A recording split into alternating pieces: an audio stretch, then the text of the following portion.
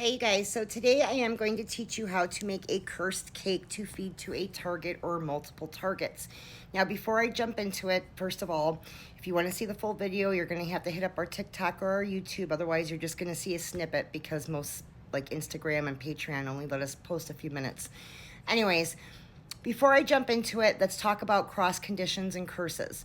This whole white magic versus black magic, make-believe, fantasy land stuff. So, any form of magic, no matter what your practice, is a form of energetic manipulation. It's physics. It's changing vibration and frequency of a person, a situation, a place, an object. That is all gray matter stuff. Doesn't matter if it's good, doesn't matter if it's bad, quote unquote, it's all a gray area. Black and white does not exist. Cross conditioning, I encourage people to work with both hands. Cross conditioning is a form of justice. And let's get real. Sometimes karma and the universe, they're a little slow. Sometimes they're busy with other things.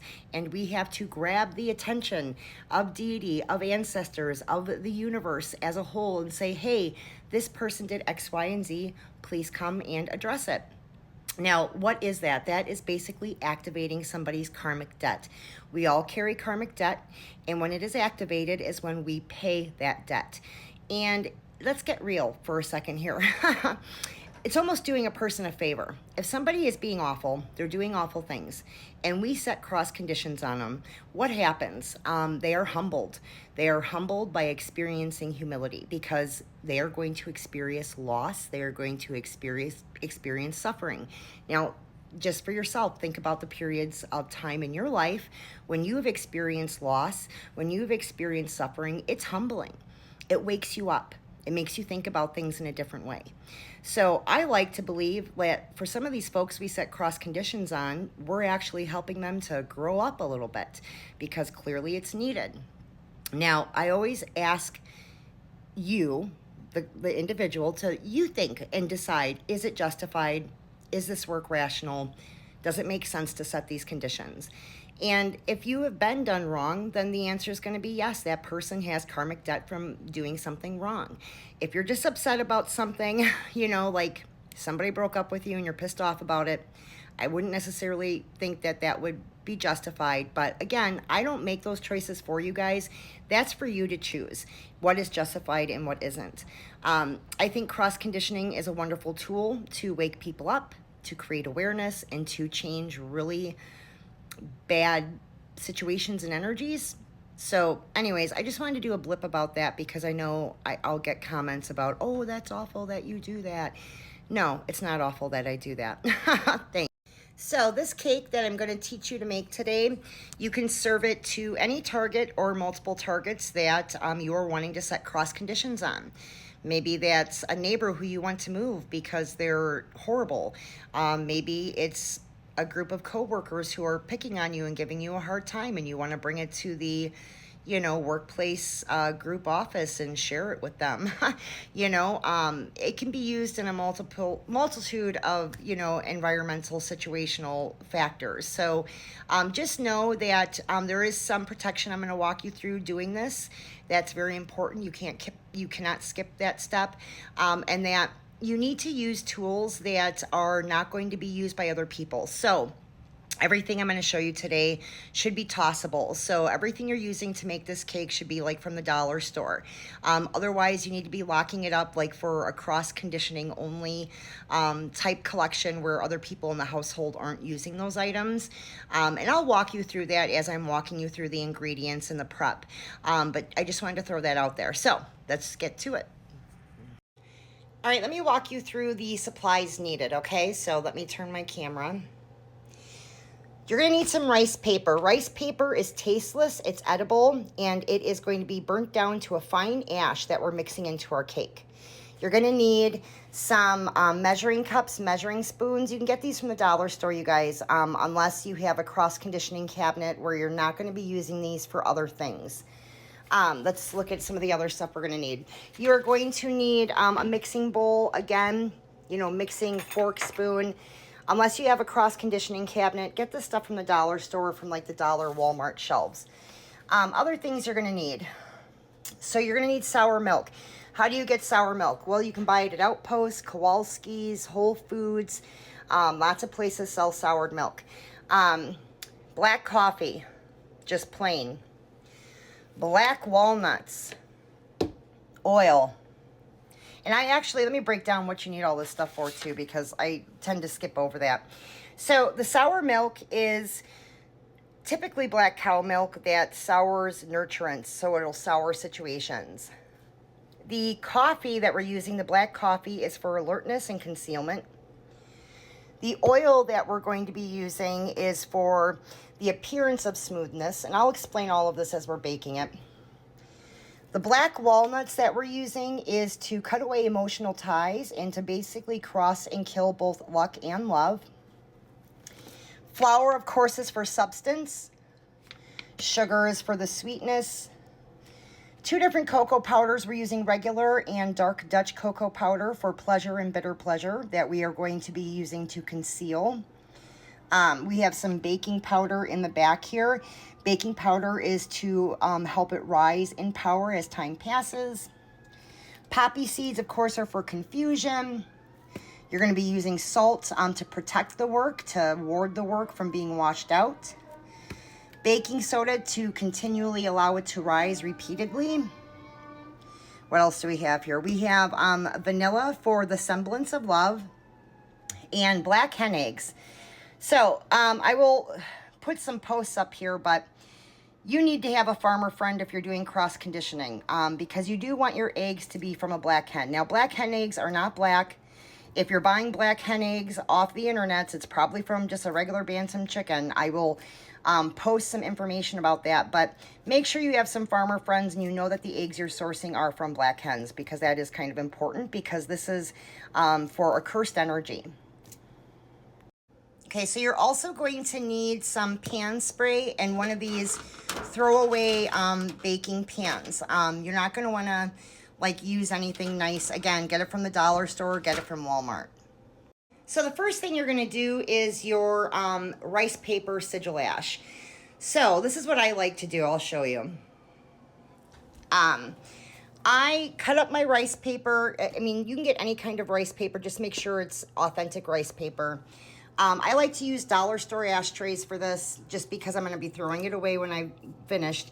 I like to do a paper with the target's name, maybe their date of birth, their birth location, their current location, where they work, their title and department, if it has something to do with work. If it's, a severance cake for cross conditioning, I'm probably going to put their partner's information or their friend's information. I might even include physical addresses if I know them. And then I'm going to be doing sigils. I'll be doing your typical cross conditioning sigils, and cross conditioning sigils are basically attaching low frequency to the individual, the situation, the place, the object, what have you. And then what we're going to do is basically we are going to be burning all of this down to ash because we will be mixing it into our cake. Okay, so what you're going to have in here is mostly ash. If you see any of these big white pieces left of your rice paper, give it another go. You want it all to be ash so we can mix it in nicely. Okay, so I am going to mix my dry ingredients first. It's going to be the flour, sugar, the regular cocoa powder, the dark cocoa powder, the baking soda, the baking powder, and the salt. So, and again, at the end of this video, I'm going to post the exact measurements and the exact recipe. I just wanted to walk you through it visually and with some tips before I do that. All right, so we got all the dry stuff in there, and so now you're basically just going to be mixing this up. Okay, so now that that is mixed up good, we're going to add our wet ingredients, which is our 2 black hen eggs, our coffee, the black coffee, the sour milk, the oil, and the vanilla. All right, guys, so now that all of that's in there, we're going to mix it up. Okay, so I spent, I would say, about 2 minutes or so mixing it by hand with a fork. I like using a fork because it just, there goes my fork. It goes faster. Whoops. Anyway, you want to mix it until it's pretty smooth. I see a little bumps here, so I'm going to mix it a little bit more. Now, I will tell you, while you're mixing it is an excellent time to be stating your petitions out loud, what you would like to see produced and presented in terms of manifests, and just asking for additional deity support. Now, for this next part, we are going to be putting in our black walnuts, our poppy seeds, and our petition ash. Okay guys, so now that we have that entered to the bowl, we are going to mix this for about 2 minutes. While you're mixing it, again, concentrate and focus on your petition. Who are you cursing? Why are you cursing them? What do you want to see happen? What do you want to see change? Okay, gang, so we're ready to go. We got our one-use foil tray. We're going to spray it with Pam, and we're going to go ahead and fill our tray about 3/4 of the way. All right, so now we're going to put her in the oven for, let's see, I would say bake her for about 35 to 40 minutes at 350 degrees.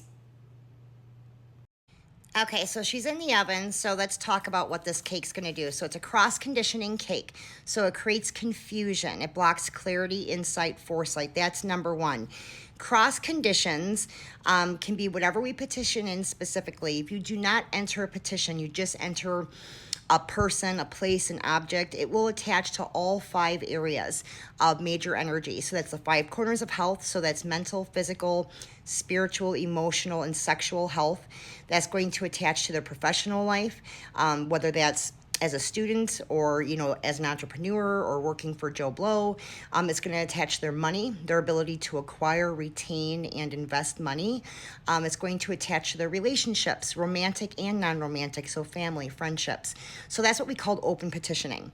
Otherwise, it can be very specific. So say, for example, you're making this cake for a neighbor that you want to move. We would petition in that go away effect. Say it's for your you know, your son and his girlfriend who you want to break up. So we would petition it very specifically for a severance effect. And we would be shielding it and warding it from the other effects that could potentially be created. But this particular cake, we're concealing the cross conditioning by creating what's called fake energized excitement. I was trying to figure out a good term to explain that, but energized excitement, I guess, is a good term because what we're doing is we're creating what feels like high vibration, but really it's a low frequency attachment. So there's a lot of concealment, which is interesting with this particular cake. Now, let me move on to a couple of other things I just kind of want to review while the cake is baking. Okay, so the first thing I just wanted to address is make sure you're sourcing your ingredients appropriately. Now, most of these ingredients you can get from Walmart, Dollar Tree, wherever, but there are a few that, you know, hopefully you have a farmer friend or you are near a Kowalski's or an Outpost or a Whole Foods, because you want to make sure that the soured milk you do purchase is a black cow sour milk, and that's actually on the container. If you cannot find sour milk, go on Google. There are ways you can sour your own fresh milk. But you want to try to make sure it's sourced from a black cow. I know that sounds complicated, but there's a reason for that. It's a vibration frequency thing. The eggs you use, they have to be black hen eggs, you guys. Do not trust Joe Schmo on the internet. Please make a farmer friend or go to a farmer's market or, again, Kowalski's, Outposts. Those are great places because they're co-ops, and you can find out, you know, the sourcing. Otherwise, if you buy them on the internet, you're probably just buying regular old Bantam chicken eggs. There are eggs that come in different colors, and I'll put up a couple of posts on that so you can see what the differences are. But black hen eggs are not black. They're white or brown, okay? So if somebody's trying to sell you black eggs saying it's from a black hen, that's not the case.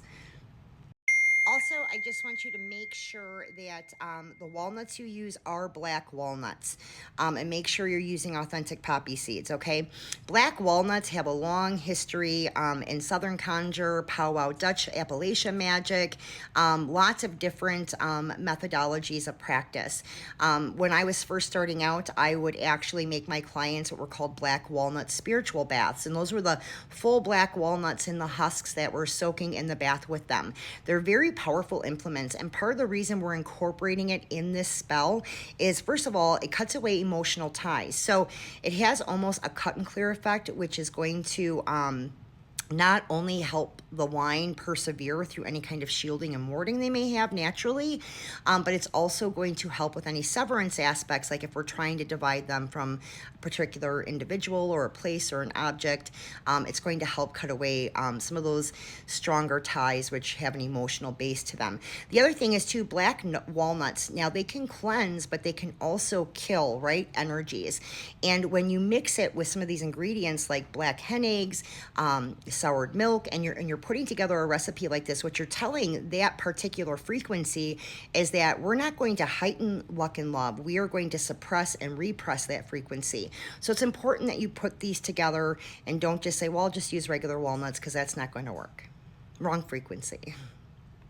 Okay, a couple more things. I know I talk a lot, you guys, but while this is baking, you got about 35-40 minutes, and there's something really important you need to do. You need to cleanse and shield yourself, because you just created a curse and you're going to give this curse to somebody. Of course, don't worry about your environment. As long as you're using things that you're throwing away or that you're cleaning and then putting in a cross-conditioning box where other people aren't going to be using it, don't worry about that. What you need to worry about is just your own energy, because that's what's affected when you do work like this. So, two things I want you to do. I want you to get yourself some Hyssop tea. You're going to drink a cup of Hyssop tea while this cake is baking. And I'll actually put a picture up here, an overlay or whatever, of what I like. I buy raw cut Hyssop, but there's some really great Hyssop teas out there, and I'll post the one for you that is easy to, you can get it on Amazon. You don't got to like go out and, try to find a farmer for Hyssop. The other thing I want you to do is I want you to recite the 51st Psalm. I'm going to put that up here. I'll also include it in the end with the recipe. The 51st Psalm actually is kind of like a deidal solicitation to, if this wasn't justified or rationalized work, to make sure nothing bad happens to you. It's preventing karmic debt accrual. It's preventing a karmic feedback loop from occurring. It's protection and it's cleansing at the same time for you as the individual casting the work. So I'm going to put that on screen. 51st Psalm. So any of you who are on my Patreon, in December, this coming up December, I'm actually doing a series called Banned from the Bible. I'm going to be reviewing a lot of the Psalm spells. A lot of people don't realize King David, King James, King Solomon. Well, some people know about King Solomon. They all had occult ties, and they all wrote the book of Psalms. Those are spells. And so I'm going to be going through the spells involved with the Psalms. Some of the books that were banned from the Bible that also have interesting things in them, like divination and healing by witches, and the Roman Church didn't like that very much, because then people were paying witches and not paying their priests. And so we're going to go through all of that. It's going to be a very fun series. It's going to be called Banned from the Bible. But today I am encouraging you to recite the 51st Psalm. I know not everybody, God has many different faces, many different names, it's divine source. So whatever God is to you, that is what you're reciting the psalm to. Whatever deity of divine source that you work with, that is who you're reciting this to. So don't get caught up in, the Christianized version of things or what have you. Thank you. Okay, you guys, she's almost done. A couple of quick things just to discuss. A common concern that I hear is, well, I want to make sure nobody else eats this cake. I'm giving it to my sister who robbed my parents, and I don't want my nephews and nieces to eat this cake. Okay, you can do one of two things. You can invite your sister over and serve her a piece. That'll make sure nobody else is eating the cake. Or petitioning, that rice paper. I would do protection sigils. Put the name of the individual that may come into contact with that cake on a protection sigil and burn that and mix it into the cake. If you're not good with sigil work, if you're not good with symbols, then do a name paper. Do 3 of them per person. So say you have 2 nephews. You're going to do 6, 3 for each. You're going to write out their name, and you're going to write out a petition to the effect of, do not allow name to absorb this condition. Do not allow name to absorb this condition. You're going to do that 3 times for each person that you want to, if they do accidentally eat the cake, you don't want them to absorb that cross condition. And then just really detail out what you're wanting. If you're making this cake for a specific person or group of people, make sure you're putting their names in there. So that is one way to safeguard from that sort of stuff. After we pull the cake out, I will tell you, if you share your household, make sure nobody else is eating this cake. It smells good. Don't you taste this cake. Do not taste it. You can decorate it. If you want to frost it, decorate it, do whatever you want with it, then seal it up, put it in the fridge or whatever you're doing with it until you serve it to your target or targets or bring it to the environment that you're infecting. But just, you know, be careful, be sensible, use your head. All right, there she is. She's finished. So I'll probably frost it, seal it up, put it in the fridge. You guys do whatever you want to do with yours. Just don't taste it. Happy curses.